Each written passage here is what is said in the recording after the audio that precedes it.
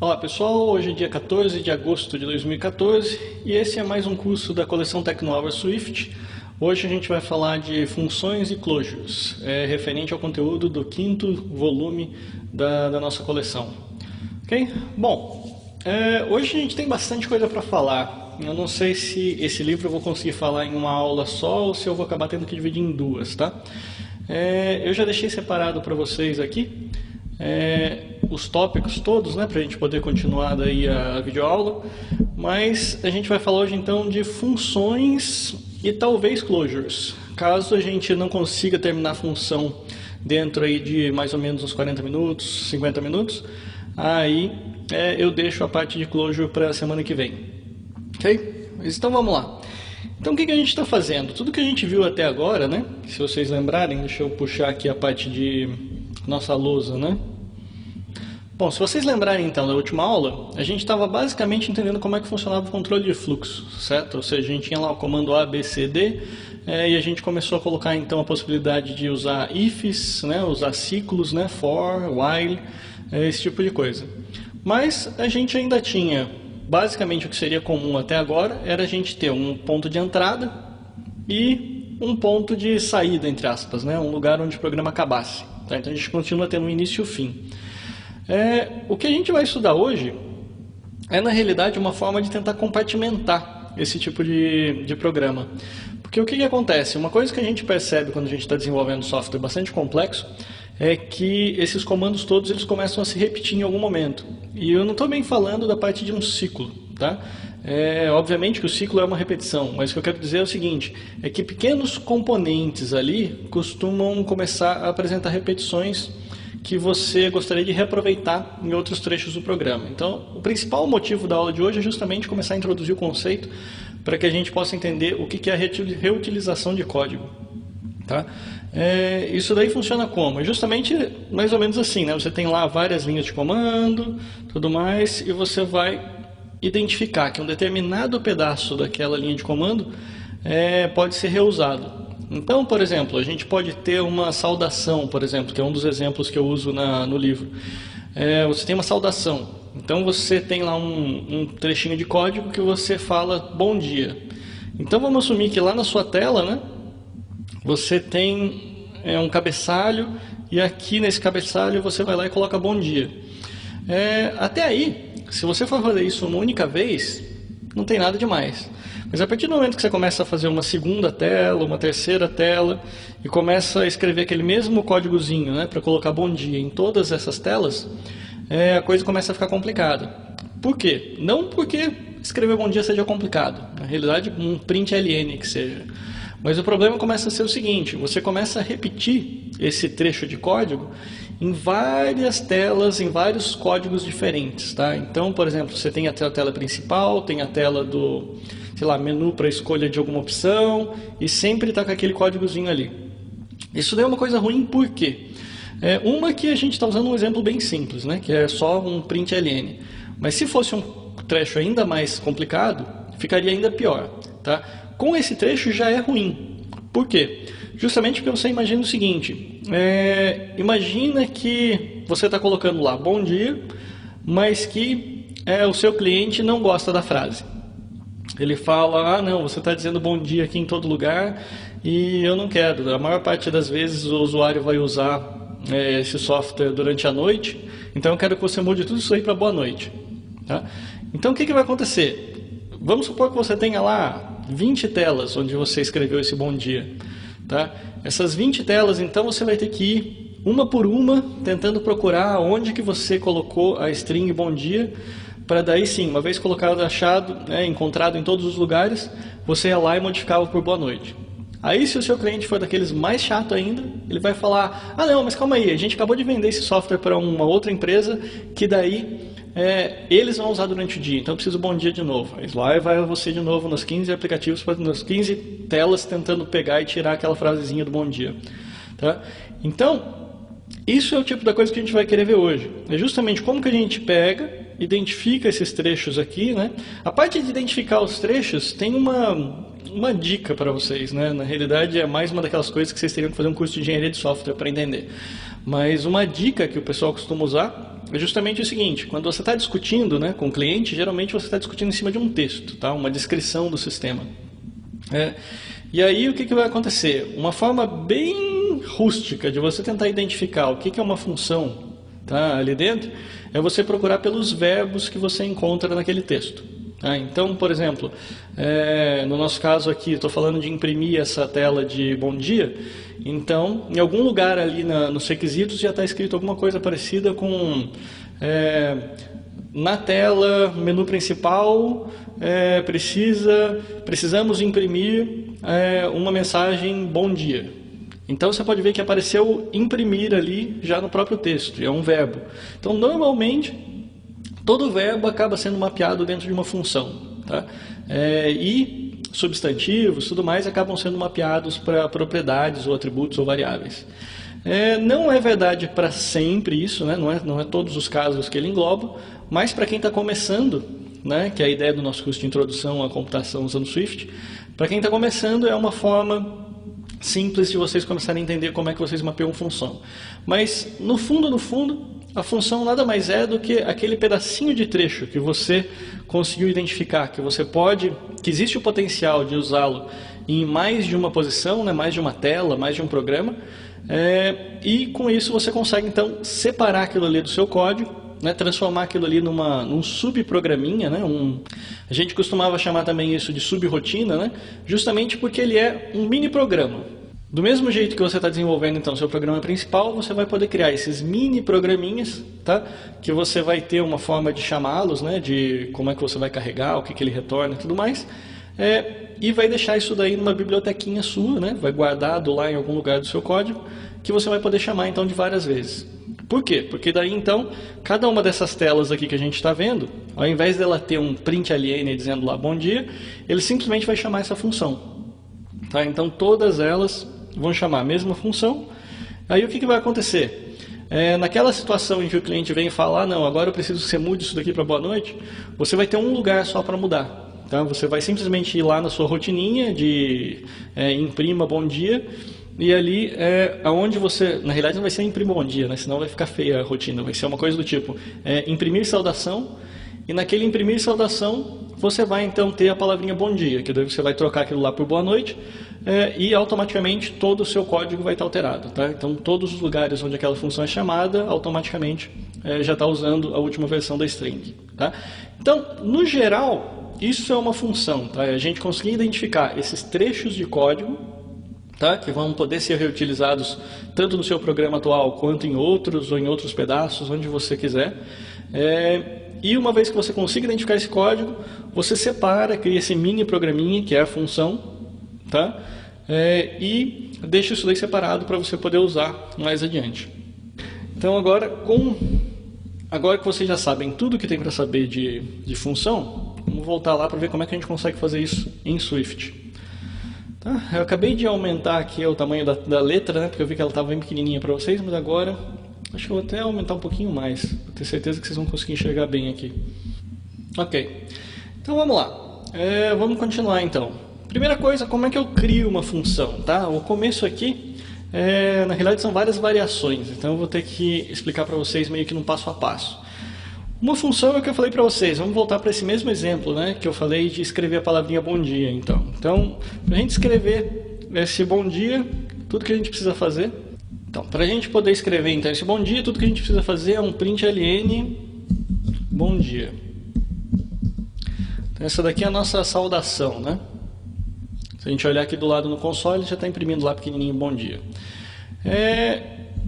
Agora, o que acontece? A gente quer criar uma função, né? Então a gente já percebeu pela explicação que eu dei agora há pouco que a gente vai precisar usar esse bom dia em vários lugares diferentes do nosso programa.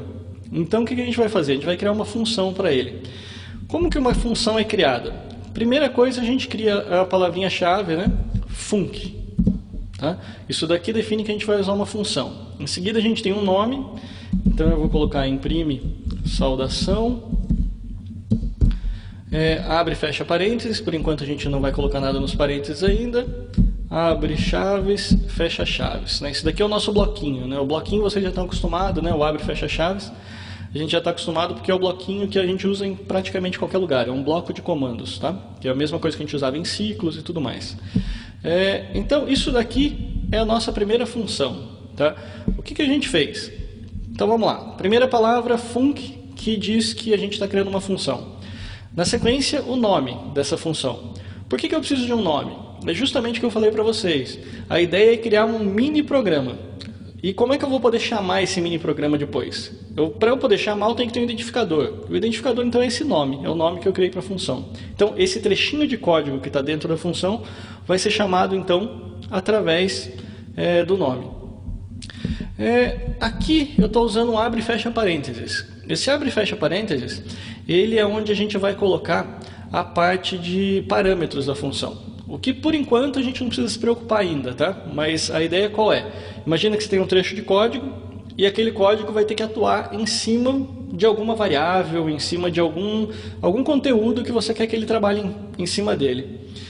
E esse alguma coisa, né, esse algum conteúdo, é o que você consegue enviar para dentro da função através dos parâmetros. Tá? A gente já vai chegar e vai mostrar como é que a gente declara parâmetros daqui a pouquinho.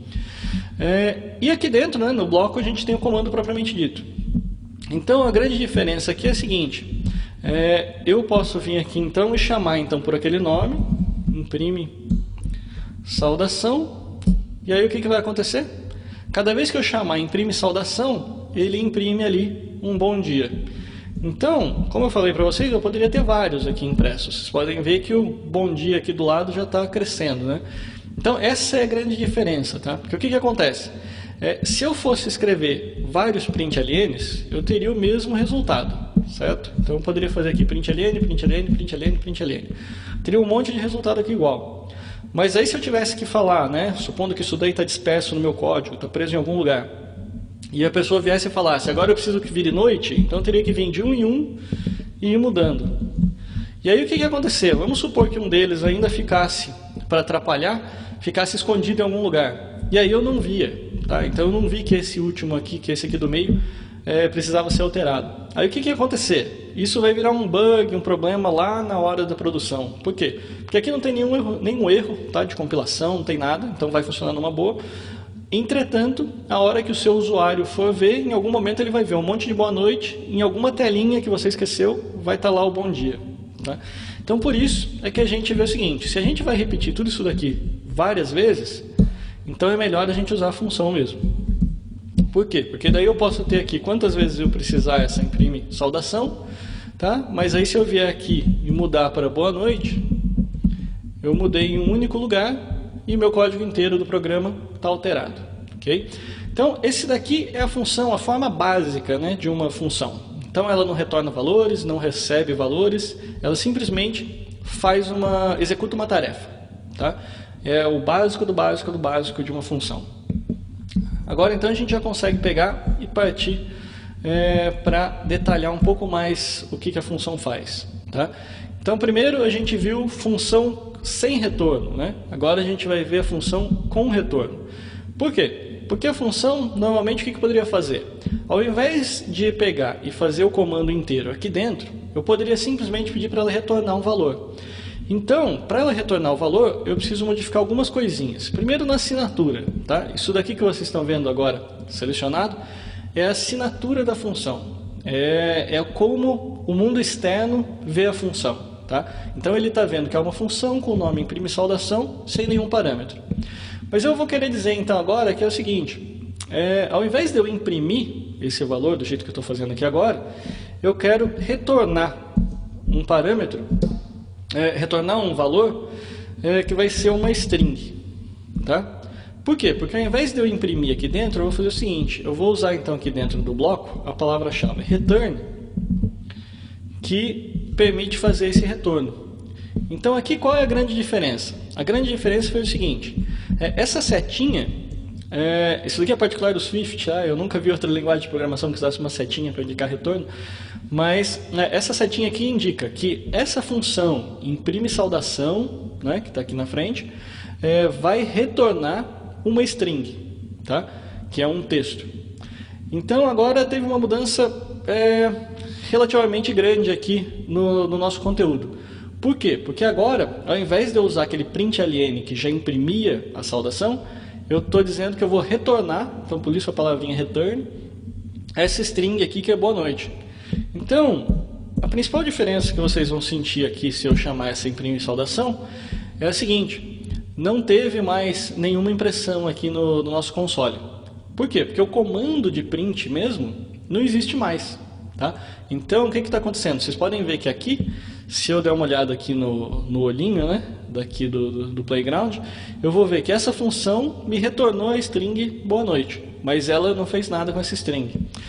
Como é que eu posso fazer então para eu poder pegar e voltar a imprimir o resultado? Então eu posso fazer o seguinte: isso daqui tudo, né, está me retornando uma string. Então a única coisa que eu precisaria fazer é fazer um println do resultado dessa função.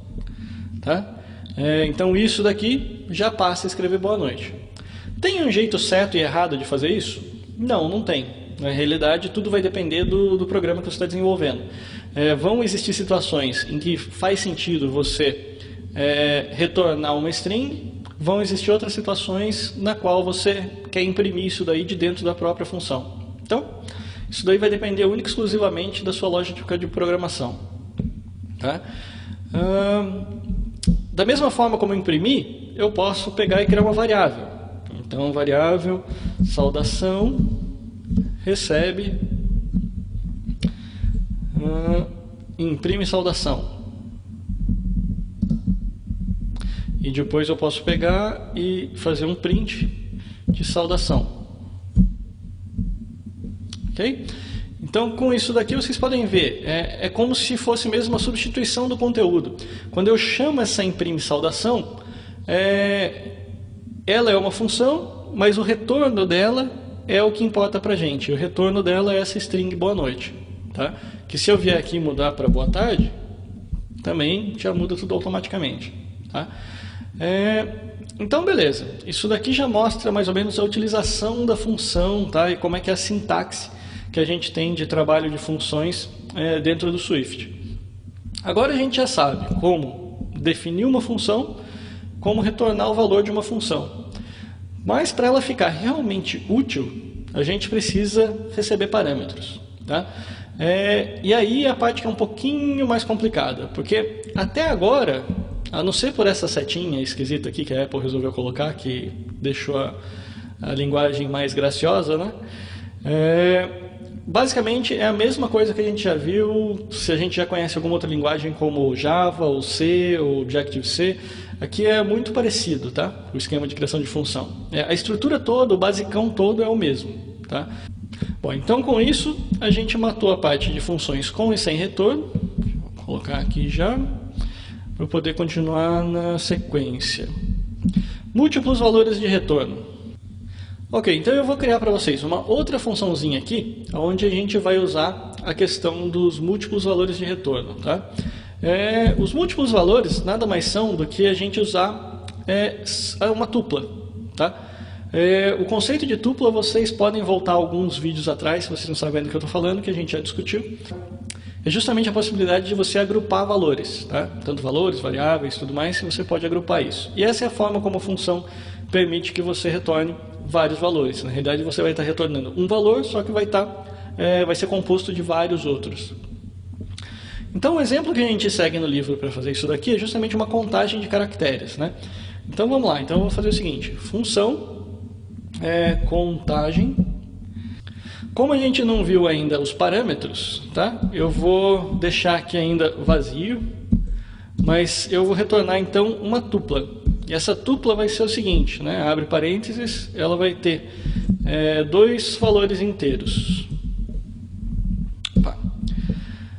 Então aqui vocês podem ver a primeira modificação, né? Então até aqui estava tudo igual, a parte de função, nome da função, abre e fecha parênteses, o tipo indico que eu vou retornar alguma coisa, e agora eu coloquei aqui uma tupla como valor de retorno, tá?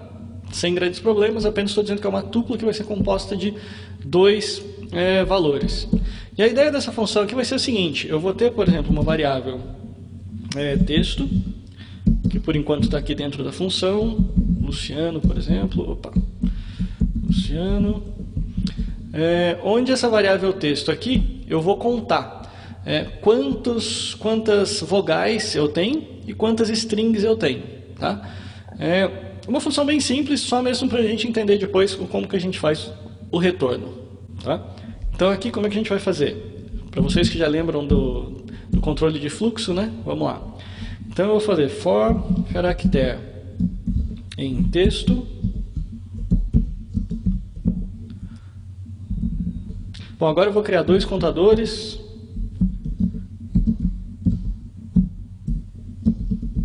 C1 e C2. Por quê? Porque eu vou usá-los para contar vogais e contar consoantes.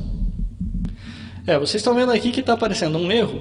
E esse erro aqui é justamente por quê? Porque como eu disse que eu estava retornando uma tupla, né, ou retornando um valor qualquer, o compilador já me avisa que se eu tenho um valor de retorno, obrigatoriamente em algum lugar da função, eu preciso ter o comandinho return. Então, por enquanto, eu vou fazer o seguinte. O que eu vou retornar dessa função? Eu vou retornar o C1, que é o contador 1, e o C2, que é o contador 2. Então, com isso daí, eu também já elimino aquele errinho que estava aparecendo. Tá? Agora, hoje, o C1 e o C2 estão com 0. Tá? Então, o que eu tenho que fazer agora é entrar de novo aqui dentro desse ciclo, que vai andar por todos os caracteres do texto, e com ele fazer efetivamente a contagem. Então, eu posso fazer aqui um switch.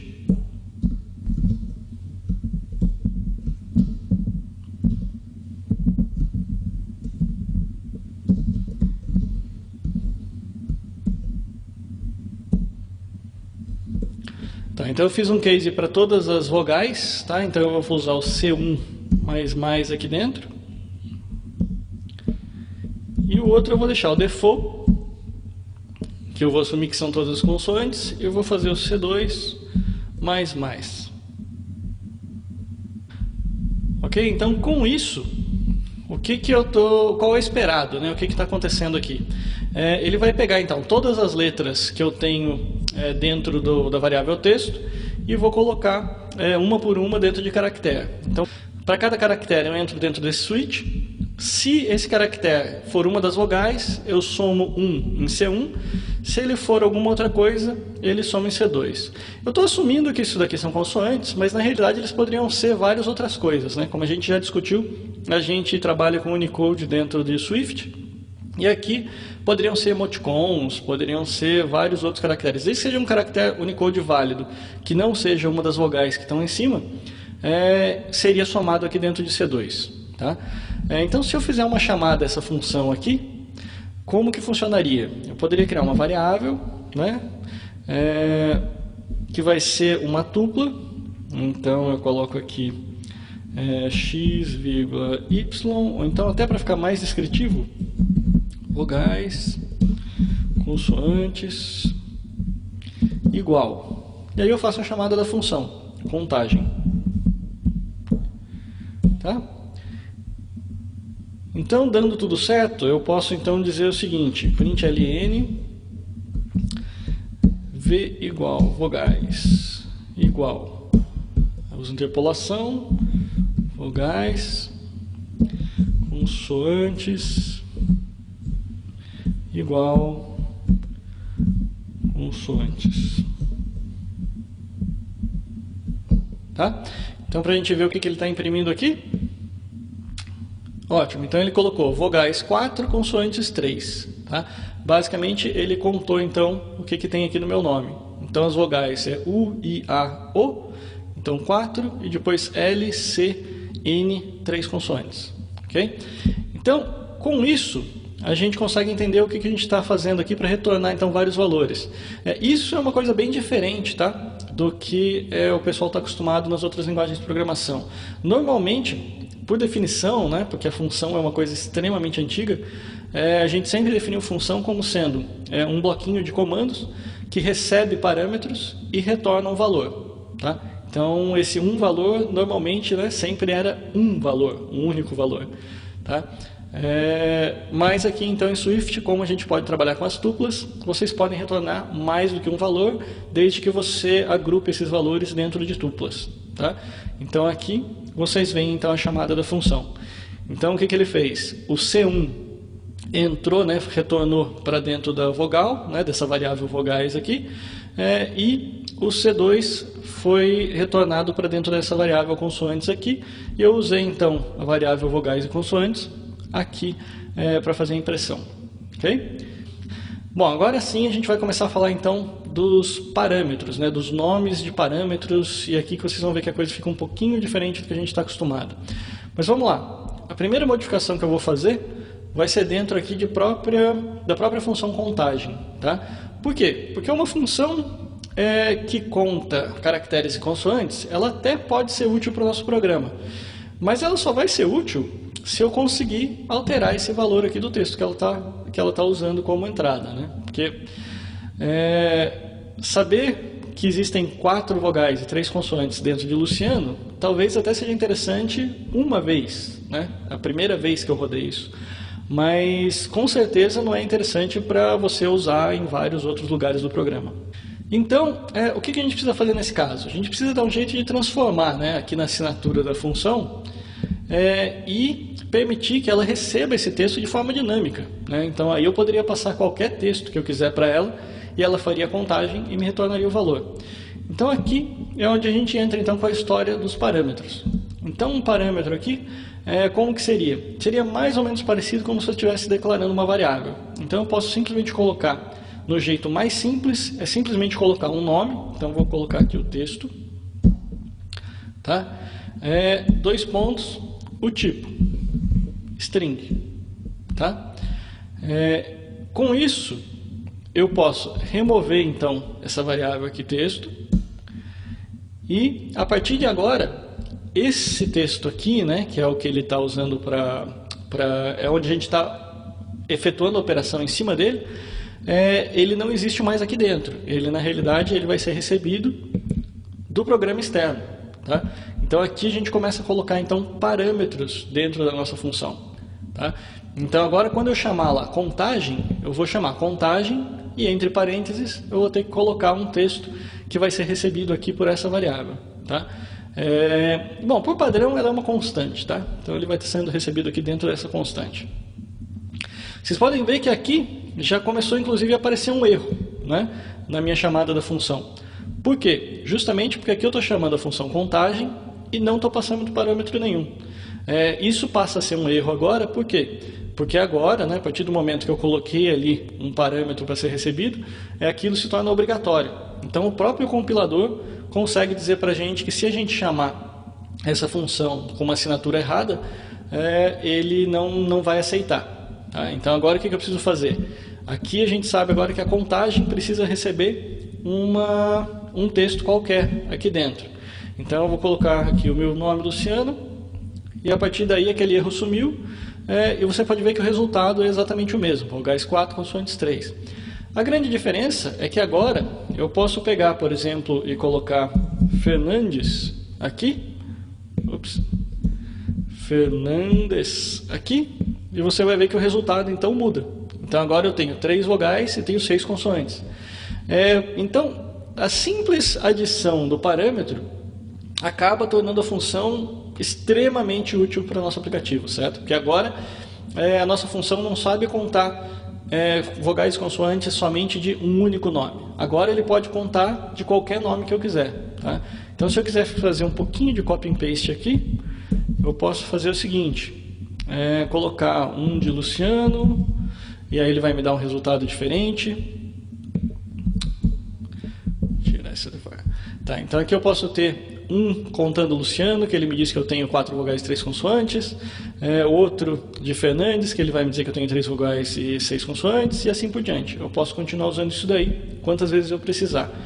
E como a gente está trabalhando com um bloquinho de código meio que segregado, né, segmentado, o que quer que eu modifique aqui, né, se eu resolver colocar um outro contador para contar daí emoticons ou ignorar emoticons, não sei, alguma coisa assim, tudo isso daqui já é automaticamente refletido em todas as outras, em todos os lugares que ela é chamada, tá? Em todos os lugares que a função é chamada. Isso daqui, eu até comentei no livro, que é a base que vocês precisam conhecer para a gente poder falar de orientação a objetos mais adiante. Por quê? Justamente porque o chave, né, um dos pilares da orientação a objetos é a parte de abstração. A gente vai voltar em tudo isso depois, na hora que a gente for estudar a parte de orientação a objetos. Mas a abstração ela acontece justamente quando você começa a usar funções, métodos que permitem que você esconda, né, variáveis, por exemplo. Tá? Um programa bem abstrato, né, de forma bem abstraído, ele nunca vai deixar você lidar com propriedades propriamente ditas, com setando variáveis, esse tipo de coisa. Sempre você vai fazer isso através de funções. Por quê? Justamente porque quando você altera variáveis, altera os dados crus, né, dentro do programa, uma modificaçãozinha em qualquer lugar acaba fazendo com que gere erro para todo lado, tá? Porque você nunca vai se lembrar exatamente, principalmente em programas grandes, você nunca se lembra exatamente todos os lugares que aquela variável foi usada e tudo mais. Quando você faz isso dentro de funções, o que acontece? A função está muito bem contida, então você consegue pegar, fazer a modificação que você precisa modificar sem grandes problemas e sem quebrar o resto do programa, que isso é o principal. Isso a gente ainda volta a falar bastante ainda depois, quando a gente for falar da parte de orientação a objetos. Agora, nomes locais e externos de parâmetros. Tá? Então aqui a coisa começa a ficar um pouco diferente do que a gente está acostumado. Bom, aqui vocês podem ver que a gente coloca esse parâmetro e a gente deu basicamente um nome, que é o que a gente chama de nome local desse parâmetro, e um tipo. Por que ele é um nome local? Porque ele existe aqui dentro, né? Ele existe dentro da função. Tá? Então, eu criei aqui, usei ele aqui, e tudo tranquilo, não tem problema nenhum. Agora, isso daqui não existe fora da função. Tá? Vocês podem ver que aqui dentro, se eu tentar chegar... Vamos dar uma limpeza aqui. Se eu tentar escrever aqui texto... vocês vão ver que tem um erro. Por quê? Porque é uma variável que não existe. Isso daqui não existe fora da função. Tá? Agora, e ele não existe nem mesmo dentro da chamada da função, né? Porque a chamada está aqui. Então eu coloquei o nome, coloquei o parâmetro. Devido à herança, né, que Swift tem de Objective-C, o pessoal lá gosta de ser bem descritivo. E isso significa que a gente pode, inclusive, dar nomes aqui para esse parâmetro. Tá? E isso é o que a gente vai falar então da diferença entre o nome local, que é esse daqui, e o nome externo, né, o nome público, que eu posso vir aqui e colocar algo como sendo meu texto, por exemplo. Esse nomezinho que está aparecendo aqui antes do nome local do parâmetro é o nome que vai ser o nome público. Então ele faz parte da assinatura pública da função, da forma como eu vou chamar. E como que isso daí vai funcionar? Se vocês vierem aqui, vocês vão ver que, de novo, a função está apresentando um erro. Por quê? Porque a partir do momento que eu criei um nome público, tá, eu não posso mais chamar a função simplesmente passando o valor. Eu tenho que dizer para ele qual é o nome público que eu estou usando. O nome público que a gente criou é o meu texto, que está aqui.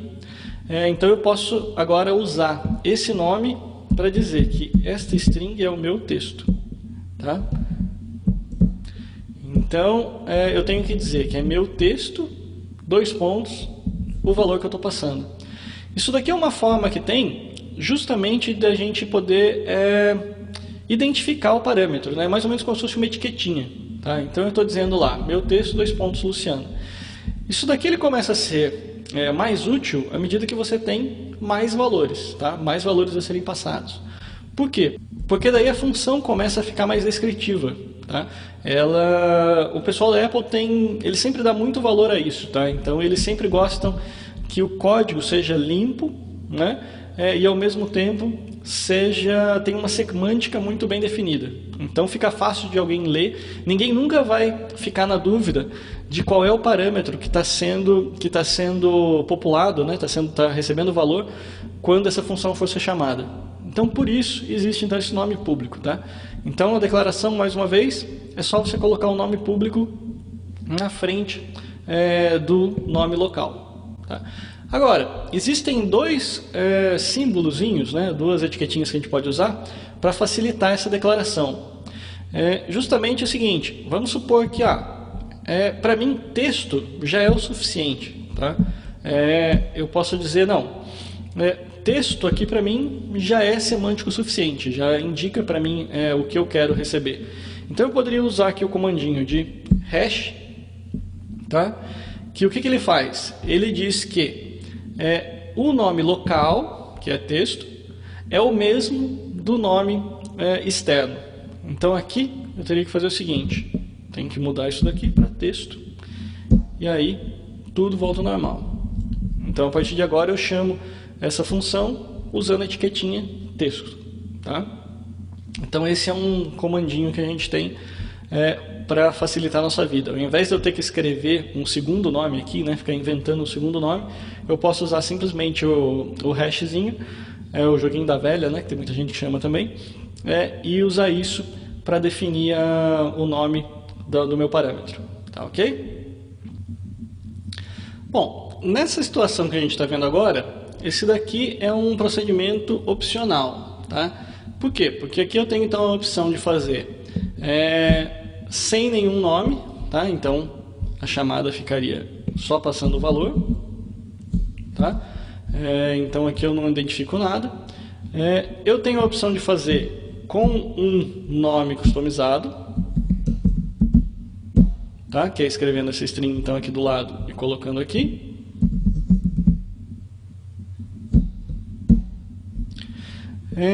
E eu tenho a opção de usar o hash, que daí faz com que eu use o próprio nome local.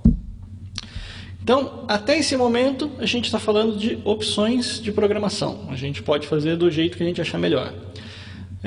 Mas existem algumas situações que esse nome externo ele é criado até meio que automaticamente e de forma obrigatória para você. Isso acontece quando a gente define um valor padrão para o texto. Então, no nosso caso aqui, vamos supor que eu colocasse então aqui um igual Luciano. Então, o que vai acontecer? Nesse caso aqui, se eu não passar nenhum parâmetro, né, se eu não passar nenhum valor para dentro de texto, ele vai assumir que eu estou lidando com Luciano, com esse texto aqui. Nesse caso, automaticamente, é mais ou menos como se o Swift fizesse para a gente e colocasse o hashzinho aqui na nossa frente, tá? Eu vou tirar para vocês verem, porque é automático, você não precisa fazer nada. Sempre que um argumento, né, um parâmetro, tiver um valor padrão, automaticamente ele cria tanto o nome local quanto o nome externo são o mesmo, tá? Então, obrigatoriamente você vai ter que chamar então aqui essa função nesse formato que a gente já tinha usado. Se eu retirar isso, vocês vão ver que vai ter um erro, tá? Por quê? É como eu disse para vocês, embora eu não tenha definido aqui, né, eu não coloquei nem o hash e nem coloquei um nome externo aqui nessa função, o fato de eu ter associado um valor padrão, né, a esse parâmetro, automaticamente faz com que o texto seja assumido também como nome externo. Então todos os parâmetros, né, fixando bem, porque senão isso daqui vocês vão ter muito erro ou vocês vão acabar ficando sem saber o porquê que o compilador não está deixando vocês compilarem o software. Sempre que vocês tiverem um nome padrão associado a um parâmetro, o nome local automaticamente se torna o nome externo, tá? Uma daquelas coisinhas que só a Swift faz para você. Então aqui eu sou obrigado a chamar usando o texto dois pontos, tá? Então daí nesse formato o erro some e a gente consegue continuar compilando o programa, tá? Então com isso a gente cobre a parte de nomes locais de parâmetros. Tá, e daí aqui eu tenho outro pedacinho que é o seguinte, a gente viu que o Swift faz isso para a gente automaticamente, mas e se a gente não quiser, tá? Se a gente não quer que isso seja feito de forma automaticamente, aí tem esse outro símbolozinho aqui que eu posso vir e colocar na frente do texto, tá? Dizendo para ele, olha, eu sei que eu estou atribuindo o parâmetro, eu sei que você quer automaticamente fazer meu nome local virar o nome externo, mas eu não quero usar o nome externo de todo jeito, tá? Então aí eu uso esse símbolozinho aqui de traço baixo na frente do nome local, que ele vai então me dizer, dizer para o compilador, tudo bem, não se preocupa, eu não quero de todo jeito que você use o nome externo do parâmetro. E aí o que vai acontecer? Olha só, aqui ele entrou em erro. Por quê? Ele entrou em erro justamente porque esse nome então não é mais necessário. Então agora se eu fizer a chamada assim, Luciano, ele aceita. Tá? Se eu fizer a chamada também sem nada, ele também aceita. Por quê? Justamente porque agora eu tenho um valor padrão lá. Tá? Então, com isso, a gente vê então os dois símbolozinhos que a gente tem, né? Tanto o hash, que daí força com que o local vire esse nome externo, quanto o menos, que é nessa situação onde você tem um nome externo obrigatório, mas você diz para ele, não, eu quero que você ignore esse nome obrigatório porque eu não quero usar. Tá? Então, aqui está a utilização das funções. Então, já mostrei para vocês a utilização do nome de parâmetro externo, já usei nome e valores padrão. Quantidade variável de parâmetros.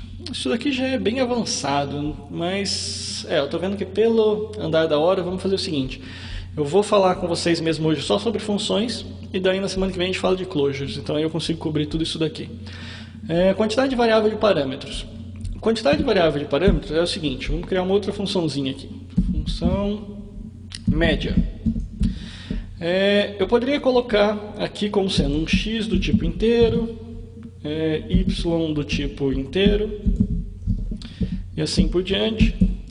E aí, né, a média, né, o próprio nome já diz, eu vou retornar um valor, vamos fazer um double, que aí a gente cobre mais chão, né? Vou aqui um double também. Por quê? Porque eu vou criar uma função, então, que ela vai fazer o seguinte, eu crio uma variável média, que recebe o x mais o y dividido por 2. Vou colocar isso aqui entre parênteses, direitinho, vou return média. Tá? Então, uma funçãozinha bem simples que calcula a média de dois números. Tá? Se eu chamar então essa função aqui, eu posso pegar, fazer um var c igual média de 10 e 30. Tá? Com isso daqui a gente deve ter o resultado então de 20. Então nada mais é do que 30 mais 10 dá 40, dividido por 2 dá 20. Tá? Então aqui está o nosso cálculo de média. Mas aí o que vai acontecer? Esse daqui é um cálculo de média de dois valores. Tá? Seria interessante ter uma função em que eu pudesse passar quantos números eu quiser e ela fizesse a média para mim. Tá? Então em Swift isso daí é possível.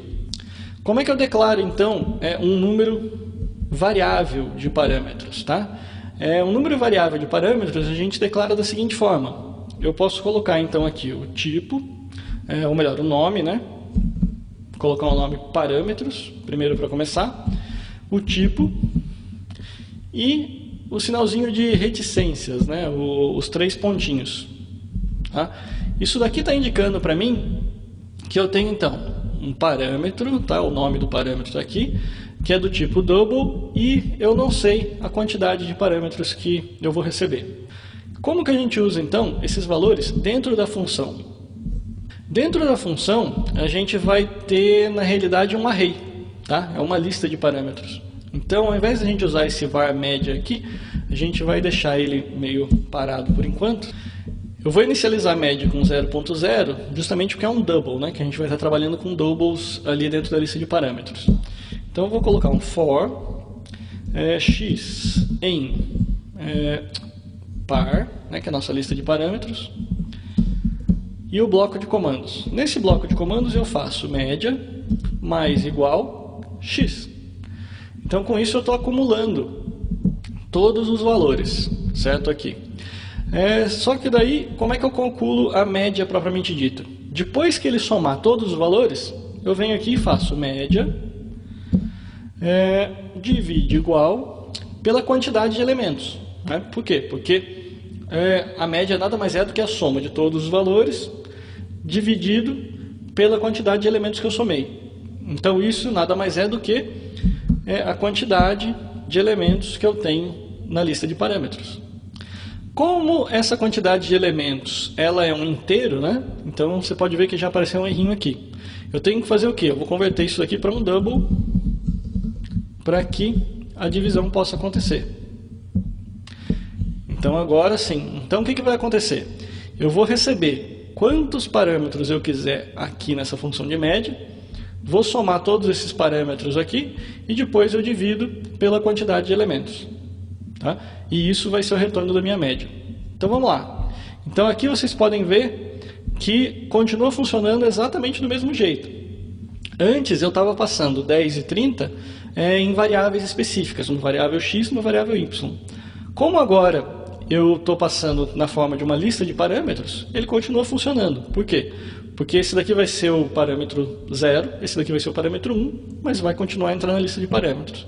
A grande diferença é que agora eu consigo entrar aqui e colocar 50, 90, 120, tá? E aí o que vai acontecer? Ele consegue pegar e recalcular para a minha média, e no caso aqui desses números todos que eu coloquei, a média fica sendo de 60. Tá? Então com isso, eu mostro para vocês como que é declarada uma função que usa um número variável de parâmetros. Okay? Basta usar então o nome da lista de parâmetros, que agora aqui você não vai ser mais o nome para cada parâmetro, vai ser o nome da lista de parâmetros, que vai ser um array, o tipo dos elementos que vão estar dentro desse array e a reticência, né, os 3 pontinhos aqui, indicando que é uma quantidade variável de parâmetros, que você não sabe quantos parâmetros você vai receber. E dentro dele, então, basta você usar então essa lista como você usaria qualquer outra lista no seu programa. Agora, parâmetros de entrada e saída. Parâmetros de entrada e saída, eles vão lembrar para o pessoal que está acostumado a programar em linguagem C, aqueles parâmetros que a gente passa por referência. Tá? Se vocês se lembram, a gente já deve ter comentado nas aulas anteriores a questão de passagem de valor e passagem por referência. Passagem por valor, um é copiado para dentro do outro. Todas as funções aqui que a gente está vendo até agora, nesse formato que a gente está usando, todas elas passam os parâmetros por valor. Tá? Então é sempre um valor copiado pelo outro. Mas em alguns casos, a gente pode resolver que no nosso programa a gente quer passar parâmetros para dentro da função e a gente quer conseguir esses parâmetros de volta, digamos assim. A gente não quer simplesmente, a gente não quer deixar aquela função uma caixinha preta, tá? Embora, tá? O ideal é você deixar a função uma caixinha preta. Que significa o quê? Significa que a função vai ser autocontida, então você tem liberdade para alterar o que quer que você queira alterar ali dentro, sem se preocupar com o resto do programa. Isso é o ideal, tá? Mas eu não sei, tem alguma situação em que você talvez queira que essa caixinha preta não seja, digamos assim, ela seja um pouquinho cinza, né? Então ela vai receber parâmetros, mas esses parâmetros vão estar diretamente ligados a variáveis de dentro do programa principal. Tá? Então eu vou modificar aqui um pouquinho essa média aqui, e vou fazer o seguinte, eu vou tirar o tipo de retorno dela, tá? Então ela não vai mais retornar nenhum valor. E o que eu vou fazer? Eu vou fazer o seguinte, eu vou criar aqui no início da lista de parâmetros um valor média, né, um parâmetro média do tipo double, com uma tagzinha aqui in out. Tá? Então essa tagzinha in out na frente do nome do parâmetro é o que indica para a gente que esse parâmetro ele vai estar linkado a uma variável externa. Tá? Ele não vai ser simplesmente uma variável local, ele está linkado a uma variável externa, tá? Do seu programa principal. Por que eu estou fazendo isso? Muito simples, porque aqui então eu não vou criar essa variável média, eu vou simplesmente colocar um valor 0 dentro dela, vou efetuar os cálculos exatamente do mesmo jeito, e como eu disse para vocês, eu não tenho valor de retorno. Tá? Por quê? Porque como essa variável média aqui vai estar alocada conectada a um parâmetro externo, a próprio parâmetro que eu vou colocar ali vai ser onde vai estar o meu valor de média. Tá? Então vamos lá, como é que isso daí ficaria aqui no caso dessa chamada de função? Vocês podem ver que mais uma vez está me dizendo aqui que eu tenho um problema, né? Por quê? Porque justamente ele está reclamando, olha, você agora tem uma variável do tipo in_out_double que você não colocou aqui dentro. Então vamos lá, vamos criar essa variável, vamos criar ali, colocar dentro da chamada de função. Então eu vou colocar resultado igual a 50, 45.0. Tá? Isso daqui vale alguma coisa, esse 45.0? Não. Tá? Então esse é um dos cuidados que a gente tem que ter quando a gente está trabalhando com variáveis em out. Por quê? Porque se vocês lembrarem bem, quando eu passar essa variável para dentro da função, a primeira coisa que ela vai fazer vai ser colocar 0 dentro dessa variável. Então vamos lá, como é que eu passo então para dentro da função? Esse é um símbolozinho que todo mundo está bem acostumado de passagem de referência. Eu passo por endereço e resultado. Tá? Então agora o meu erro aqui vai embora. Tá? E eu agora ganhei um warning. Tá? Qual é o warning? É justamente porque, olha só, eu tinha um C, né, que era uma variável aqui que recebia o conteúdo de média. Mas eu não tenho mais retorno de valor. Então eu não preciso mais desse C aqui. Tá? Então beleza. Então o que está acontecendo aqui? Todos os erros foram embora, os warnings foram embora. Então eu peguei essa variável resultado e passei por referência. Tá? Então eu tive que usar esse ezinho aqui comercial para dentro da função média. E aí o que vai acontecer? Depois que ele passar, né, por essa função média, o cálculo da média desses números aqui que a gente recebeu, vão todos eles, o resultado disso vai estar dentro aqui dessa variável resultado. Então se eu colocar aqui resultado, né, a gente vai ver o valor aparecendo aqui de 60. Tá? Então, qual foi a grande diferença aqui? O que aconteceu de diferente por a gente estar usando essa variável, né, esse parâmetro in_out? O que acontece é justamente que o parâmetro foi criado fora da função, passei para dentro da função e aqui dentro ele foi alterado dentro da função. E essa alteração continuou depois que a função acabou. Tá? Então, isso é o que a gente chama de um parâmetro in_out. Tá? Bom, eu vou parar por hoje aqui, onde a gente chegou. Por quê? Porque agora os próximos assuntos estão relacionados a falar de funções como tipos, retornando funções e funções aninhadas. Esses 3 itens aqui, eles estão na realidade preparando o caminho para a gente falar de closures, tá? Que é o assunto da aula que vem. Então eu vou parar por hoje nesse pedaço. Eu sei que a parte de funções ela é um pouco mais complicadinha, né? Um pouco mais pula demais de um lado para o outro, mas eu acredito que com isso daqui vocês já conseguem daí acompanhar a leitura lá no volume de funções e closures que a gente tem na eBook Store. Okay? Com isso a gente cobriu praticamente aí, bom, não do livro, né? Porque do livro ainda tem a parte de closures, mas a gente deve ter coberto algo em torno de 60%, 70% do volume 5 do livro. Tá? O restante é mesmo a parte daí mais complicadinha de trabalhar com funções aninhadas e a parte de closures. Isso daí eu converso com vocês então de novo na semana que vem. E acredito que dessa vez a gente deve ter chegado aí nos 40, 50 minutos de aula, que é o que eu acho ideal para toda semana. Ok? Então é isso por hoje, gente. Deem uma olhadinha lá no eBook Store. Podem baixar nosso livro de lá. Se vocês tiverem dúvidas, vocês podem entrar em contato pelo site do TecnoHour. Lá a gente tem a parte de perguntas e respostas, que anda meio esquecida, né? Não tem muita gente perguntando nada lá. Mas se vocês quiserem alguma coisa, quiserem entrar em contato, podem entrar em contato por ali, deixar as perguntas, eu devo responder no site e também responder aqui durante as apresentações. Ok? Abraço então, pessoal, falo com vocês então na aula da semana que vem. Até mais, tchau, tchau.